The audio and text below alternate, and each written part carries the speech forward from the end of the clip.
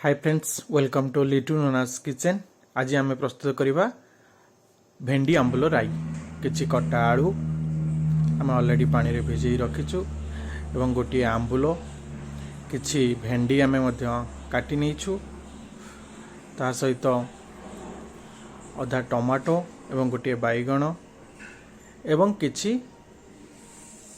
कड़ी पत्र एवं ता सहित आम नहींछु सोरिष मसला, किछि लंका गुंड, हलदी गुंड एवं लूण। ता सहित आम किछि नहींछु गोटा जीरा। चलंतु एबे प्रस्तुत करिबा। कढ़ई रे आम तेल गरम कर नहींछु। या पर आम भेंडी जो कटा भेंडी को किछि पकई देबा एवं ताको भलसे आम फ्राए कर नबा। तापई सेथिरे किछि आम लूण मिसेइबा एवं भलसे भेंडी को आम भाजी नबा। सब भेंडी को भाजी नेले तार जो लाड़ुआ अंश से कमिज। अब देखिए भेंडी भलसे भाजी जाइए। कौन करवा ना आम ताको एक अलग एक पात्र को काढ़ी नवा। कहीं कढ़ई रे आम कौन करवा एबे जो कटा आलू रही ताको दबा।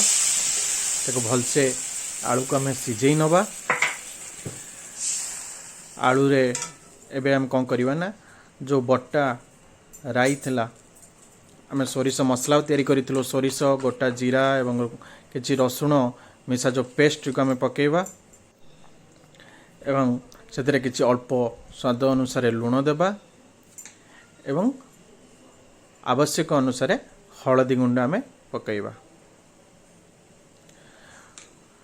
यापर आम आलू को भलसे टिके मिक्स करदेबा सब सहित एवं ता देहरे आम टमाटो अधा टमाटो नहींचु क्या अल्प क्वांटिटी परिमाण अनुसार आमको टमाटो पकाइबा पड़े। तेणु आम किस समय आपको ढांकी देबा एवं एबे देखिबा आलू अधा हाथी जेमिति सिझी जाइथिबो। एबे आलू प्राय 80% सिझी जाइछि। तो सेथिरे आम कौन करबा ना कटा बैगण पकाइबा एवं आम जो फ्राए करके रखिथिबा किछि भेंडी को ता सहित मध्य पकाई देबा। यापर भलसे को मिक्स करनबा करनी ताको सिझिबा पई किछि समय छाड़ी देबा।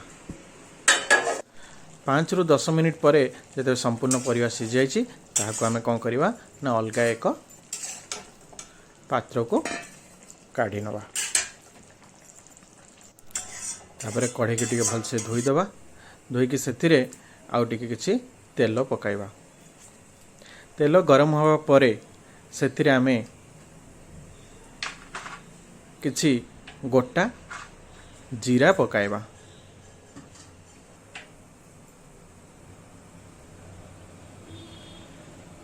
तेल ऑलरेडी गरम हो जाइछि। सेथिरे किछि गोटा जीरा पकेले एवं सेथिरे आमे काटी रखिथिबा किछि कटा पियाज मध्य पकेबा। कटा पियाज पकई ताको भलसे टिके भाजी नेबा। पियाज हल्का की टिके हो गला परे आमे कौन करवा ना जो कड़ी पत्ता रखिथिबा तो सेथिरे किछि कड़ी पत्र आमे पकई नबा। कड़ी पत्र बढ़िया स्मेल दबो। कड़ी पत्र पड़िला मात्रे तरकारी बढ़िया स्मेल आसे। जो गोटे डेम्फ अच्छे आम पकईचु सीटा पकईला पर आहरी मध्य बढ़िया बास्ना आसुची। एबे मध्य बास्ना आसवा आरंभ हो गलानी। कौन करिबार ना जो अधा सिझा होगी टमाटो टी आम पकई नवा। यापर भलसे आम मसला ताको मिक्स कर नवा। एबे हमर मसला प्रस्तुत हो जाइछि। तेणु सिझेकी रखिथिबा आलू, भेंडी एवं बैगण को ता सहित आम पकई नवा। पकई सारा पर या भलसे मिक्स करनबा। मिक्स करिकी कौन करवा ना सेथिरे आम जो गोटे आंबुल को पानी रे भिजे किछि समय रखिथिलु सेटा को पकेबा।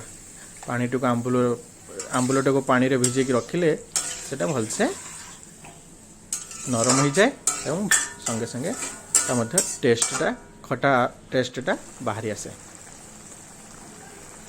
एबे किछि समय आम को बॉयल करनबा।